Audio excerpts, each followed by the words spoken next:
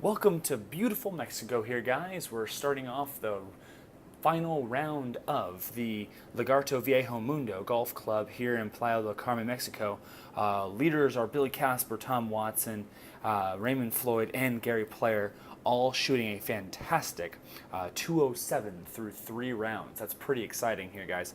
I'm very excited to welcome you here as well. We're going to utilize the weather effects chart here. I haven't actually utilized it yet because I didn't really want to put in too many things here on this channel. So you guys, this will be the first time you guys will see the weather effects chart being used. It may not even affect anything, but if it does, it'll be exciting.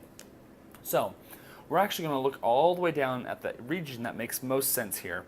Now, the region that makes most sense at this time is tropical or island, because it covers South America, Indonesia, and the equator.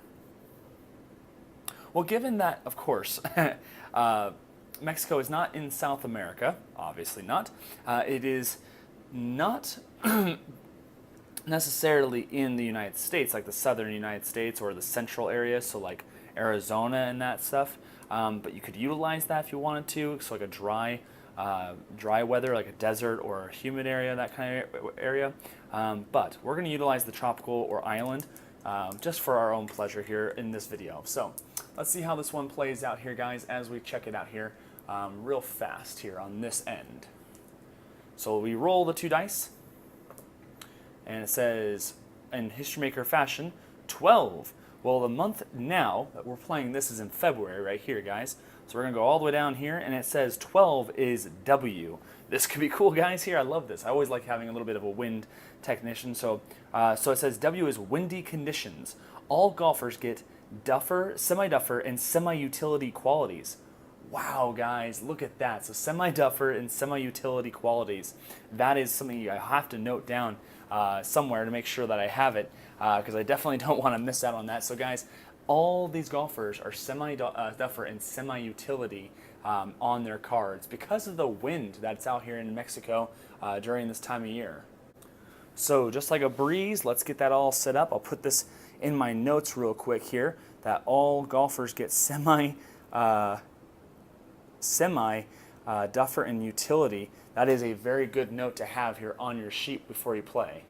And with that, let's go to the first hole here, guys. And the first group's Tom Kite and Hubert Green will be teeing off at number 1, which is actually a little bit different. They actually play this golf course differently when they play championship golf here. And so with that, we're going to look at number 1, which is a par 4, 438. It says, no sand here, but a pair of imposing fig trees obscure the path. Ooh, look at that double does there. Kind of got a little bit of a spelling check there.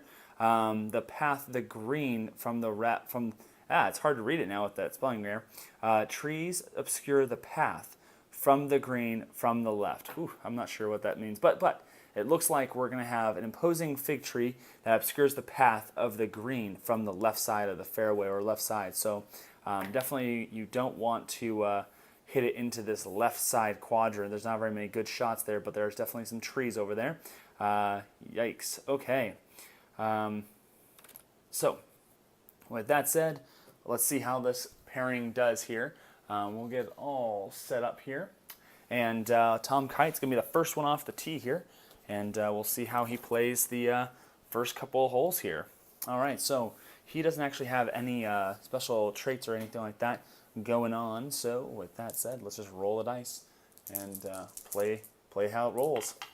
All right, so we have ourselves here 2. And so a 2 on this one says the course is going to control, and that is a 12. So on a course controls 12 there, that is a second shot into the trees. Okay, right to the books we go here, guys, for the tree shot for Tom Kite. He did fairly well in the first tournament through the first 3 rounds. We'll see how he can capitalize on this one here. So with that being said here, Green 6 says, is he a master recovery? He has semi-mastery. Unfortunately, Decided Eye says, nope, not today. And so with that said, solid strike, but not clean. Ball dies straddling green, an apron. Double difficult putt for par. Now, double difficult putts, of course, turn into easy, right? I have just figured that out.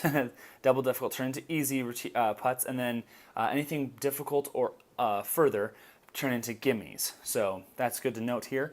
So with that here, guys, we're going to be playing it as probably for a double difficult putt for par, he's going to want to probably just do a lag putt at this point because there's, you don't want to have a difficult putt for bogey. So let's just roll it. So he misses the first putt for par, right? So he's going to go for what is it, easy putt? Yeah, easy putt for bogey.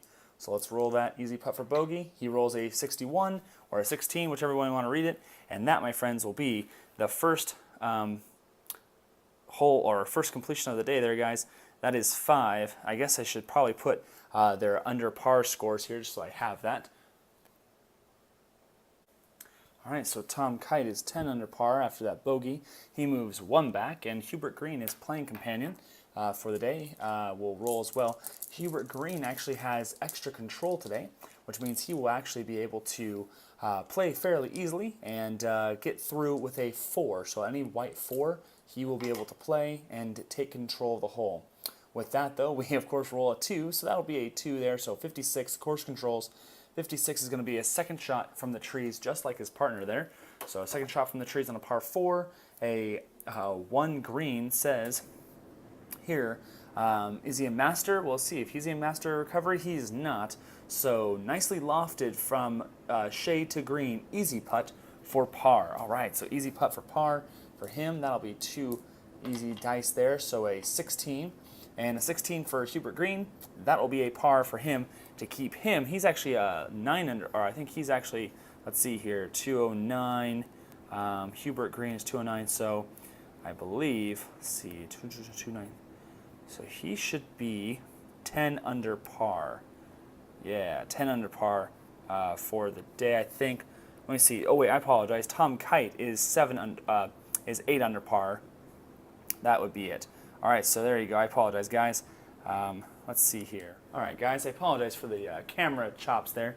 I'm just trying to utilize, I don't have a paper filled out, so I actually have to utilize in my iPad that I'm writing down on a PDF. And you can already tell how technology sometimes can trip you up a little bit. So with that, guys, the first group is done with the first hole here. We'll play 3 holes as per usual, and we'll get through those ones. The second group will tee off here after this one here.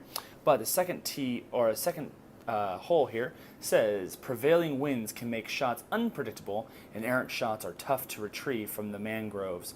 So it's a difficult putt there with that little green there, and definitely something you don't want to hit right. If you look at that right shot, whew, that is terrible, and that wind is howling, so everybody has that semi-duffer, utility opportunity. So first on the tee will be Tom Kite here at 8 under par after that bogey on the first hole there. All right, so let's see how he's going to handle this here. Yeah, Tom, boy. Whew. All right, so he gets a 6, so that's an easy one for us. No need to even check. He's going to par it there and get himself playing it safe there. Get himself a nice performance chip, and he will stay at 8 under par, 4 shots back from the lead. You'll see a blue little iPad here. That's my daughter's little iPad cover. So, yep, he's going to stay 8 under par here, and Hubert Green is going to be next here on the tee. Let's check it out here. So he's going to try to see if he can handle the prevailing wind, and he does as well. So look at that 6 there as well. So 2 6s there, and I think he's going to take a performance chip as well and take a par. And boy, this could be a very difficult fought-out tournament here in Mexico. Now, speaking of which, let's get back to Ernie Els and Bernard Langer, who appear to be on the first tee, and man, Bernard Langer looks like he is in pure pain. We're going to go to Ernie Els first here. Good to note that Ernie Els has the bomber and shaper, semi-shaper opportunity here, or the ability. Not in this sense. He does not have the shaper ability here in this tournament, or until further notice, it says, due to the fact that he rolled it and, just not feeling it. He's just not feeling that shot anymore, so that perk was actually negative, and until further notice. Both Hubert Green and Ernie Els are till further notice, so we'll have to see how long that's going to last for both of those guys. First on the tee is going to be Ernie Els. He rolls a 3, course controls, and that's a 56, so that's the second shot into the trees here. So, man, these guys are hitting straight into these fig trees on the right side of that fairway. And with that second shot, it's going to be a 5 green. And a 5 green, does he say, is he a master recovery? He is. So swoosh, right on the money, rolls to heart of green, easy putt for par. All right, easy putt for par. That seems pretty pretty straightforward here. So let's roll our 2 dice here. Easy putt for par for Ernie Els. And that's going to be a 16, so he makes that. And he'll stay at 10 under par for the day after that nice, beautiful par there. Bernard Langer here, though, will probably just utilize one of his red chips here to concede control of the hole there. Absolutely, why not? So now he has only 5 red chips to go here. So with that, we don't have to roll the white die anymore. Hole's going to control, and he rolls it here. It's going to be an 11, which is brutal, really. You never want to roll the 11s, I'm telling you. That's a really bad opportunity, and that's going to be a second shot into the rough here on the number 1. So no one's actually hit the fairway in this first hole here. It's definitely playing difficult course here on Sunday. With that said, Bernard Langer here rolled a 3 green, and so a second shot into the rough says, is for a 3, is he a workman? He is not. So crisp swing, nice loft, gimme putt for par. So a gimme putt for par, that's 3 dice. And that's going to be no, that's not going to be triple. So he himself also gets that nice recovery there, guys. So that's going to be a par for him. He'll stay at 10 under par, 2 shots back from the leader. All right, so let's go to the third hole now that we have our third hole up and ready to go here. And we'll look back at Tom Kite and Hubert Green. I just remembered I haven't been moving the pip around here, guys, so I apologize about that. All right, so it looks like on this par 4, 389-yard hole number 3, it says winds below toward tee, and it can be troublesome for golfers to estimate the effect. So with a lot of these different little asterisks, it says that wind sends shot into the water on that left side. That is a tough shot there. So the wind is definitely taking an effect here on this course, and I love it. I love every second about it here. It is an easier hole to gain control, so I'm thinking, you know, he might want to buy a 1 black here at this time. Tom Kite might. But I'm going to say hold off just for a second here. Because it's an easier one to control, maybe he'll roll something good. And he rolls a 6, and that, my friends, will be a par, and he's going to take it. I tell you guys right now, the best thing for him right now could be to just basically take all of these tap-ins or playing it safe to keep himself in contention as the third hole. These are tough holes here, and I think it's going to only get tougher as the day goes on and the greens firm up a little bit. So he'll take a par and stay at 8 under par, 4 shots back. His playing companion, Hubert Green, will not use his performance chip either, and he's going to roll a 5, which means the course is going to control. He rolls a 35, and the 35 on this one says it's going to be the Golf Cam course. So the Golf Cam course here. All right, so the first time somebody's actually hit the fairway here, and he rolled a 4.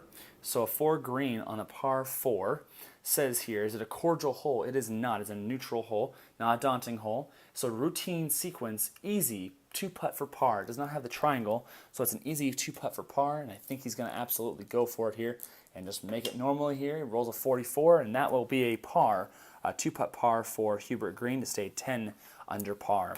All right, brings up Ernie Els at number 2, that par 4 here. Difficult pin placement. He rolls a 1, so he'll take control of the hole. So that's going to be our first time a golfer's going to take control. A 2-3-3 on a par 4. All right, so I haven't seen any opportunities here for the utility or duffer, but that comes up so often, guys, and you already know that if you watch any videos or play the game as well. So a 2-3-3, yeah, 2-3-3 says, is he a king? He is not. On target, but lands just short of green. We're going to go to the short game approach. All right, so short game opportunity here. Use green die result, which is a 3. Is he soft? He does not have the soft quality. He has a perfect shot there. But it says otherwise, well-placed pitch rolls to within 2 feet of pin. Easy putt for par. So that easy putt for par will be good. 24, so that'll be a par for Ernie Els. And he'll be 10 under par. Bernard Langer is up to the tee here, and he's going to actually spend another red chip there. Why not, right? To let the course control. There's no point in keeping those chips ever at this point. So he's got 4 chips left, and he rolls some dice.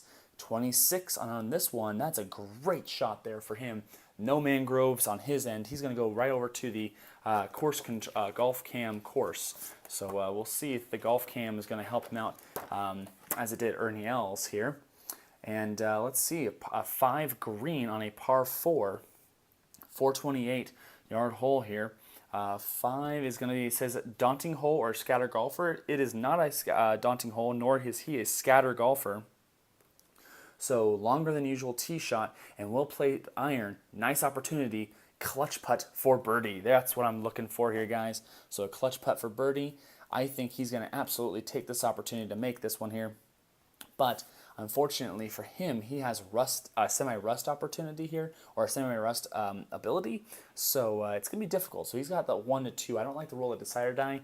It just puts a little too many factors into the putting here. So let's just roll it once here.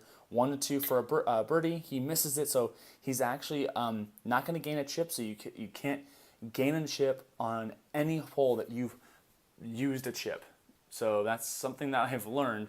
If you've used a chip at any time on a hole, you cannot gain one no matter what, if it's good or bad. So just remember that.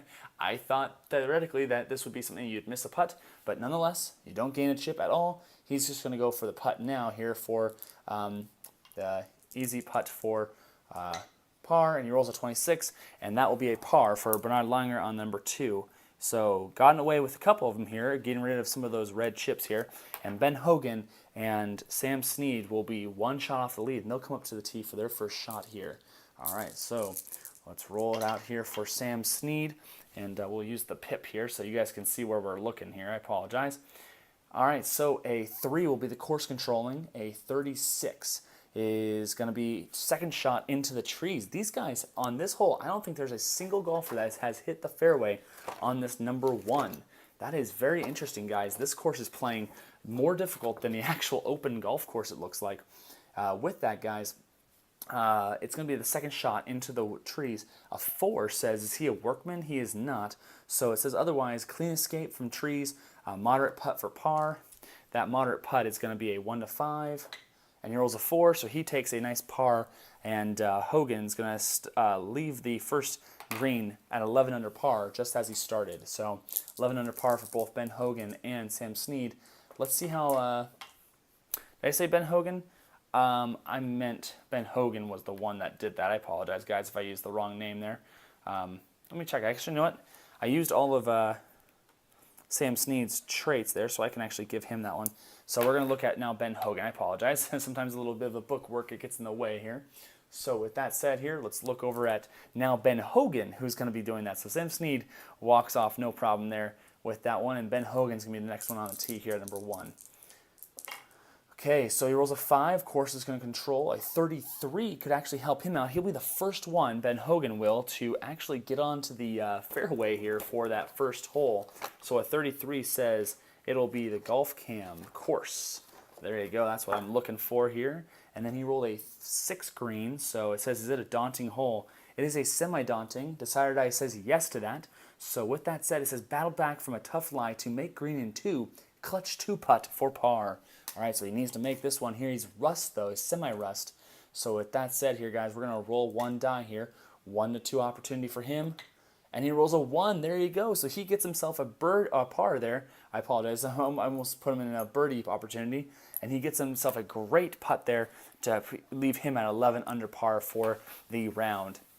So with that said here, guys, that's 3 holes in the books here for Tom Kite and Hubert Green, and there hasn't been really much action besides Tom Kite moving backwards here.